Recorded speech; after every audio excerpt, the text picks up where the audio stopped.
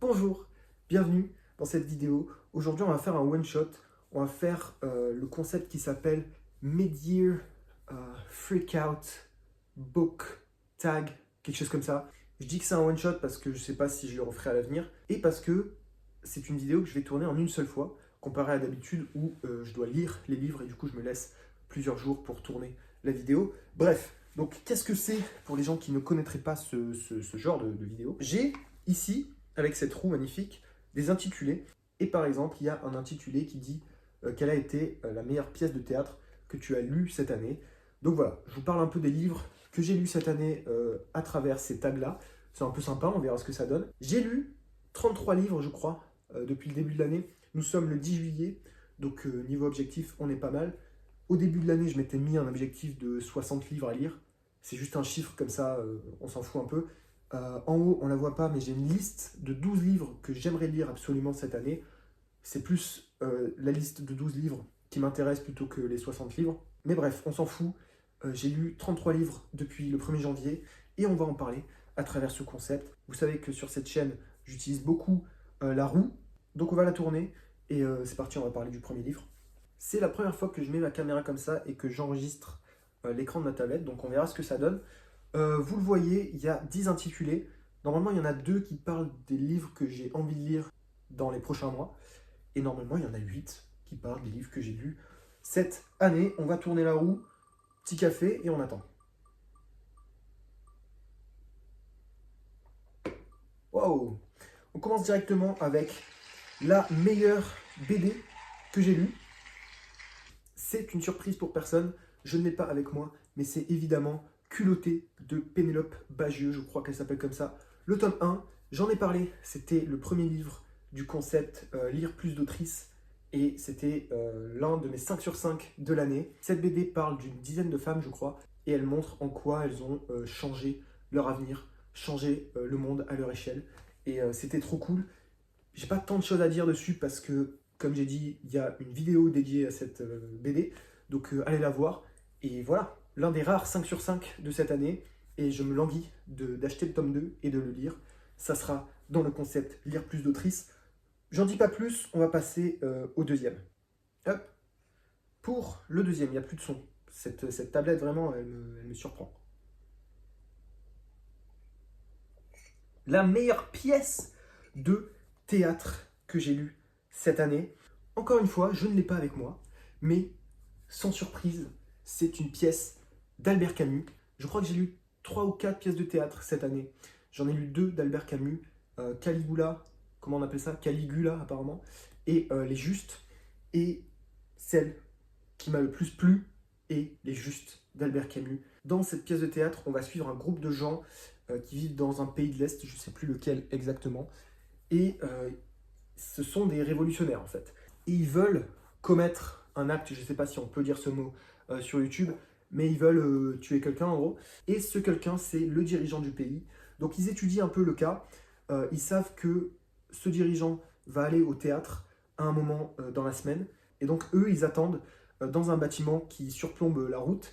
Et leur but, c'est de lâcher une bombe sur sa voiture ou sur son calèche, un truc comme ça. Sauf que juste avant de lâcher la bombe, ils apprennent que le dirigeant est accompagné de toute sa famille, donc de sa femme et de ses 2 enfants, je crois.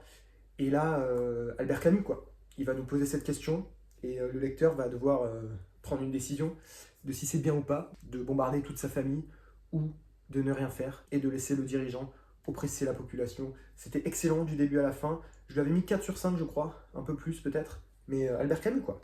Troisième tag, toujours café, c'est parti.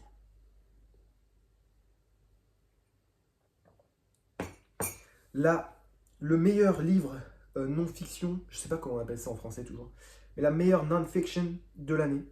J'en ai lu pas mal, je vous ai parlé sur cette chaîne de A Movable Feast de Ernest Hemingway, qui parlait de Paris dans les années 20 et du monde de la littérature un peu, que j'avais absolument adoré. Allez voir la vidéo si ça vous intéresse, mais moi je ne vais pas vous parler de ça en détail, je vais vous parler d'un livre que je n'ai jamais abordé sur cette chaîne YouTube, que j'ai lu il n'y a pas longtemps, qui s'appelle The Narrative of Frederick Douglass, An American Slave. Je crois que c'est comme ça. C'est une autobiographie de Frederick Douglass, donc qui était un esclave américain, et qui a appris tout seul à écrire, à lire, et qui s'est échappé plusieurs fois. Et donc à la fin de sa vie, il écrit cette autobiographie, plusieurs fois d'ailleurs, et on apprend en fait comment s'est déroulée sa vie, on apprend comment il a appris à lire et à écrire, on apprend à qui il appartenait, on apprend un peu à connaître son entourage. C'est très émouvant, c'est vraiment très touchant, j'ai failli lâcher ma larme à la fin, c'était excellent, enfin du début à la fin c'était excellent en fait. Donc je vous recommande si ça vous intéresse un peu. C'est pas très long, ça fait une centaine de pages peut-être, 150 pages, ça fait max 200 pages.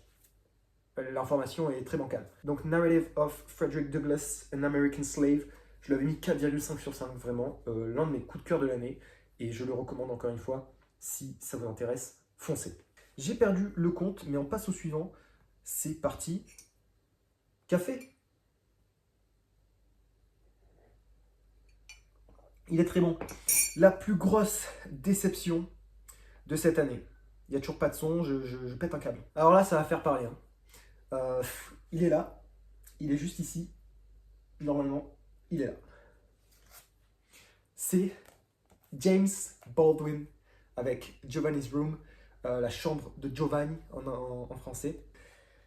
J'en attendais beaucoup de ce livre. Je l'ai lu pour la fac, donc forcément tous les livres que je lis pour la fac, c'est assez compliqué. On verra qu'il y en a un qui est super banger après, mais celui-ci, c'était pas mon premier choix et j'étais obligé de le lire.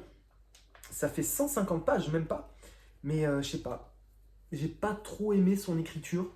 J'ai pas trop aimé les événements qui se passent dans ce livre. En gros, c'est David, dans les années 50, à Paris. David, c'est un Américain. Il est fiancé à une femme, sauf que cette femme part en voyage en Espagne, je crois. Et pendant ce temps-là, il va se rapprocher de Giovanni et il va découvrir que il aime bien les hommes au final. Et il va être dégoûté par ses actes. Ça a l'air trop bien dit comme ça, mais j'ai vraiment eu du mal avec tous les personnages, avec son écriture. Et même avec ce qui se passe dans le livre, en fait, j'ai trouvé que c'était très lent, qu'il se passait pas grand-chose, que c'était pas très intéressant. Donc voilà, j'ai très envie de découvrir autre chose de James Baldwin, parce que comme le dit le tag, c'est une déception. J'en attendais beaucoup et j'étais très déçu. Donc je lirai James Baldwin plus tard dans l'année peut-être. Mais en tout cas, Giovanni's Room, c'est pas ça pour moi. Pour moi, c'est... J'ai pas aimé. Faites-vous votre avis, si ça vous a donné envie, mon petit résumé. Mais voilà, moi je lui avais mis, je crois, 2,5 sur 5, ce qui est ok, c'est pas nul. Mais voilà, déçu, on passe à la suite. Il en reste 6, on fait tourner cette roue. Et vous avez l'habitude, café. J'essaie de ne pas trop faire de bruit en buvant parce que c'est terrible. La plus grosse surprise de cette année, c'est parti, on va en parler. Donc, Giovanni's Room, c'était en effet à lire pour la fac. Et un autre livre qui a été obligatoire à la fac le dernier semestre, c'était The Turn of the Screw de Henry James. En français, Le Tour d'écrou, je crois. Surprise dans tous les sens du terme. Je ne m'attendais pas à aimer ce livre parce que l'écriture, elle est si compliquée. Et au final, je suis rentré dedans directement. Et c'était magnifique. Magnifique, magnifique. Ça parle d'une governess, je ne sais pas comment on dit en français, mais en gros, une femme qui va s'occuper de 2 enfants dans un château. Elle va s'occuper de Miles et de Flora. Et c'est à la première personne. Donc déjà, premier truc, c'est qu'on ne sait pas si on doit la croire ou pas, ce personnage. Et en gros, elle voit des fantômes. Et elle pense que les fantômes veulent du mal aux petits. Ah là là. Déjà surprise parce que, comme j'ai dit, l'écriture est excellente, c'est magnifique. Chaque phrase, il dit des choses basiques, genre elle couche les petits et après elle prend 1 heure pour lire des trucs. C'est magnifique, c'est vraiment magnifique. Je sais pas si en français c'est aussi beau, mais en tout cas en anglais c'est magnifique. Et surprise parce que c'est super bien fait. Ça a été publié, je crois, en 1899, si je dis pas de bêtises. Et putain, c'est... En fait, ça me laisse bouche bée. J'arrive pas à parler de ce livre tellement qu'il est bien. Et surprise jusqu'à la fin. C'est l'un de ces livres qui a une dernière phrase où je l'ai lu et j'ai fait What the fuck? Voilà. Il y a beaucoup de questions, il n'y a pas beaucoup de réponses. Tu dois deviner, toi, ce que t'en penses. Et j'ai adoré. Si vous voulez une histoire de fantôme où c'est très compliqué à lire, c'est très joli, il faut analyser pour bien comprendre et tout, foncez sur Le Tour d'écrou de Henry James. Je le recommande, c'est le premier 5 sur 5 de l'année, je mens. Le deuxième 5 sur 5 de l'année, et je le relirai avec plaisir, j'adore ce livre. On passe à la suite. Il en reste 5, c'est parti, on fait tourner la roue. J'ai plus de café, c'est malheureux, donc on va attendre. Le livre que j'ai, surprise, le plus envie de lire. Oh, c'est intéressant. Donc là, on va parler des prochaines lectures. Après réflexion, le livre que j'ai le plus envie de lire, c'est John Steinbeck avec The Grapes of Wrath, en français, Les raisins de la colère. C'est un big pavé. Je le lirai dans mon concept Lita Bibliothèque. Et en fait, j'ai lu qu'un seul John Steinbeck dans ma vie, qui est Of Mice and Men, Des souris et des hommes. Et c'était au lycée, donc j'avais pas particulièrement aimé, mais parce que je connaissais rien à la littérature. Et aujourd'hui, je pense que ça pourra faire partie de ma vie pendant très longtemps, parce que je vais rentrer en master. Il va falloir faire 2 mémoires. Donc le premier mémoire, on en parlera après. Mais le deuxième mémoire, je pense que je vais le faire sur les années 30 et la littérature, qui parle des années 30 aux États-Unis, de la Grande Dépression. Je pense que ça va me bouleverser. Et j'ai trop hâte de le lire. Donc restez connectés, phrase de merde, mais j'en parlerai bientôt sur cette chaîne YouTube. Et j'ai trop envie en fait. Ça me fait trop envie. Il n'en reste que 4. C'est parti, je tourne. Et on va parler du livre qui me fait, je crois, le plus peur. C'est ça, le livre qui me fait le plus peur. Donc après le livre qui me fait le plus envie, le livre qui me fait le plus peur. Et là, on va parler d'un livre qui se trouve tout en haut, d'un livre qui est dans ma liste de l'année, que je devrais lire un moment, pour encore une fois le concept Lita Bibliothèque. On va parler de l'Odyssée d'Homère. Aïe aïe aïe. Ça fait très longtemps qu'il est dans ma bibliothèque, ça doit faire 1 an et quelques. Et j'ai très envie de le lire avant que Christopher Nolan sorte son adaptation, entre gros guillemets, de ce livre. Mais ça me fait peur parce que c'est assez long, ça fait 400 pages, et je ne comprends pas le format. Ce sont des chants, apparemment. Donc c'est très très ancien, évidemment. Beaucoup de gens connaissent, beaucoup de gens ont étudié ça, je crois, à l'école ou au collège, un truc comme ça. Moi, j'en ai vraiment aucun souvenir, je ne sais pas du tout ce qui se passe. Au niveau de la mythologie, n'importe quelle mythologie, j'y connais rien. Donc j'ai très envie de découvrir, mais en même temps, j'ai très peur de lire 20 pages et d'arrêter, quoi. Donc on verra. Encore une fois, restez connectés, j'adore cette phrase. Restez connectés. On en parlera bientôt peut-être dans mon concept Lita Bibliothèque. Et dites-moi si ça vous fait peur aussi de lire l'Odyssée d'Homère, ou dites-moi si vous me le recommandez et vous avez surkiffé. Moi, je tremble quand j'ai ce livre en main. Mais voilà, c'est parti, il en reste que 3. Je sais plus quoi dire, donc on attend. La meilleure SF ou fantasy que j'ai lu cette année. Il n'y en a pas beaucoup, parce que j'aime bien la SF, mais la fantasy, j'y connais rien. J'ai lu que 3 livres de fantasy cette année, et le livre dont je vais vous parler maintenant, ce n'est pas de la fantasy, c'est de la SF. Je vais vous parler de Isaac Asimov et de I, Robot. Je l'ai vite fait mentionner, je crois, dans une vidéo, ce livre, mais c'était le premier livre que j'ai lu de l'année, le premier 5 sur 5. Terrible.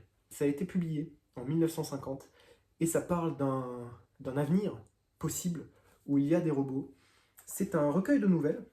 Des fois, on a des personnages récurrents, des fois, les nouvelles n'ont rien à voir ensemble. La première nouvelle, par exemple, parle d'une petite fille qui demande à ses parents de lui acheter, je sais pas parler français, d'acheter un robot comme animal de compagnie, j'ai envie de dire. On est à l'époque où les robots ne savent pas parler, où les robots servent un peu à rien, où les robots sont encore acceptés sur la Terre, et la petite et son robot vont faire face à de nombreux préjugés et de nombreuses insultes, j'ai envie de dire, notamment par le père qui a très très peur des robots. C'est visionnaire en fait. S'il y a un mot pour ce livre, c'est visionnaire. C'est incroyable. Ça parle de trucs, ça a été publié encore une fois en 1950. Et je lisais ça en janvier et je me suis dit, mais le gars, il parle d'aujourd'hui en fait. Il avait la vision, c'est un truc de fou. Les nouvelles suivantes parlent des années d'après. En gros, les robots ne sont plus acceptés sur la Terre. Ils sont dans l'espace pour miner des choses sur des planètes et tout ça. ça peut donner moins envie comme ça, mais c'est quand même incroyable. En fait, le truc avec ce livre, c'est que j'ai lu la première histoire, j'ai fait ok, là on est vraiment pas mal. J'ai lu la deuxième, j'ai fait ok, c'est mieux que la première. Et en fait, toutes les histoires étaient mieux que la précédente. Sauf que la première était comme ça. Donc, 5 sur 5, absolu. C'était incroyable. La dernière histoire, je crois que ça parle plus d'un truc politique. En gros, on est vraiment dans le futur. Et on sait même plus différencier un robot d'un humain. Et il y a quelqu'un qui se présente aux élections présidentielles et on se demande si c'est un robot ou pas. Visionnaire, incroyable, je le conseille à tout le monde sur cette planète. Si vous connaissez rien à la SF, foncez quand même. Donc voilà, mon premier 5 sur 5 de l'année, c'est iRobot. En français, ça s'appelle Les robots, tout simplement, de Isaac Asimov. Absolute banger. Il n'en reste que 2, c'est parti. Je me rends compte que le montage va être terrible. Donc je croisez les doigts pour moi, hein. Souhaitez-moi bonne chance. Et on va parler du livre qui m'a fait pleurer, je crois. Eh bien, surprise, surprise, il n'y en a pas cette année. J'ai presque lâché une larme, comme je vous avais dit, sur la non-fiction de Frédéric Douglass, parce que c'était très touchant. J'ai été touché aussi par Lavender House. C'est un policier LGBT qui s'est fait tabasser dans la police, qui a arrêté de faire son job et qui est devenu un détective privé. Très touchant aussi. Certains passages qui sont très durs. Mais cette année, j'ai pas lâché de larmes. Je suis dégoûté, en vrai de vrai. Le dernier livre qui m'a fait pleurer, c'est The Road de Cormac McCarthy. En français, ça s'appelle La Route. Et je vous avais dit qu'on parlerait de mon mémoire. Bah, normalement, si tout se passe bien, ça fera l'objet de mon premier mémoire en première année de master. Souhaitez-moi bonne chance encore une fois. Donc, c'est un peu de la triche parce que je l'ai lu en décembre dernier. Mais je crois que c'est mon livre préféré de tous les temps. Je crois. Il faudrait que je fasse un top 5, top 10 à un moment dans cette chaîne YouTube. Mais oh là là là. Post-apocalyptique, on suit un père et son fils qui juste essayent de survivre. Et c'est... Waouh. On en parlera dans une prochaine vidéo parce que, encore une fois, je ne l'ai pas lu cette année. Mais incroyable. Foncez si vous n'avez pas peur d'être triste. Et on tourne la roue quand même. Mais c'est dégueulasse comment ça tourne. Le dernier livre, c'est le premier livre, il y a marqué, le premier livre d'un nouvel... Putain, je sais pas lire. Le premier livre d'un nouvel auteur, entre guillemets. Un nouvel auteur que moi je découvre. Donc je sais même plus lequel j'ai choisi. Je me souvenais plus quel auteur j'avais choisi parce qu'il y en a 3. Le premier que j'ai découvert cette année, encore une fois c'était pour la fac, et c'est Edith Wharton avec Ethan Frome. C'est une nouvelle qui est très courte, ça fait même pas 100 pages je crois. Ça parle d'un trio, on va dire, je déteste les histoires d'amour, de trio et tout, mais là c'est vraiment bien fait et très triste et tu lis ça, t'es dans un bad mood après. Hein. Déjà ça se passe en hiver, donc il y a de la neige partout, ça pose le cadre, et ça parle donc de Ethan Frome qui est très malheureux avec sa femme, et je crois que c'est la cousine de sa femme qui vient à la maison pour s'occuper un peu de la maison. Terrible, hein, comment je l'explique là, c'est terrible, mais je vous promets que c'est très bien. En fait, si la femme d'Ethan Frome et tout ce qui représente la froideur, la neige et des trucs sombres, l'autre personnage qui vient bouleverser sa vie, qui s'appelle Matty, elle, c'est tout ce qui est la lumière, le soleil et l'été, et tout ce qui est beau. Donc voilà, il va remettre sa vie en question, il va faire des choix, des fois questionnables, il va faire des choix qui ont beaucoup de conséquences aussi, et c'est juste banger, donc je vous le recommande si vous avez le cœur dur. Donc Edith Wharton en français, j'ai hâte de découvrir plus d'œuvres de cette femme, parce que j'ai kiffé absolument. La deuxième autrice de cette catégorie, c'est évidemment Françoise Sagan, avec Bonjour Tristesse. Elle a fait plein de trucs, je crois, Françoise Sagan, plein de trucs assez moyens, d'après la critique, mais apparemment Bonjour Tristesse, c'était moyen aussi, d'après la critique, et moi, c'est un de mes livres préférés de l'année, donc j'ai très hâte de découvrir ce qu'elle a fait, à part Bonjour Tristesse. Je vous recommande celui-là, si vous avez encore une fois le cœur dur, mais voilà, Françoise Sagan. Et le dernier auteur, il est là, que j'aimerais découvrir encore plus, c'est Ray Bradbury. J'ai lu Fahrenheit 451 pour une vidéo de cette chaîne, et encore une fois, il a fait plein d'autres choses, et plein de choses qui me donnent envie. Je crois qu'il y en a 3-4 qui me donnent envie. Donc suivez les prochaines vidéos qui arriveront dans les prochains mois, parce que je ferai un book haul, et il y aura sûrement du Ray Bradbury. Donc voilà, Fahrenheit 451, banger. Donc voilà les 3 auteurs et autrices que j'ai envie de découvrir en plus. Et nous, c'est la fin de cette vidéo. Voilà. J'espère que vous avez aimé. Moi, j'ai bien aimé le concept. Je trouve que c'est assez rapide, mais assez long en même temps. Je ne sais pas trop quoi penser. On va voir au montage ce que ça donne. De toute façon, comme j'ai dit, c'est un one-shot. Si ça marche pas, on arrêtera de faire ce genre de vidéo. Mais je pense que ça marche quand même. Et je vous ferai peut-être un top 10 dans les prochaines semaines, les prochains mois. Parce qu'il faut qu'on parle de mes livres préférés. Merci d'avoir suivi. Dites-moi ce que vous avez lu cette année. Si vous en avez lu beaucoup, pas beaucoup, tout m'intéresse. Et lisez des livres, c'est important. Bye bye.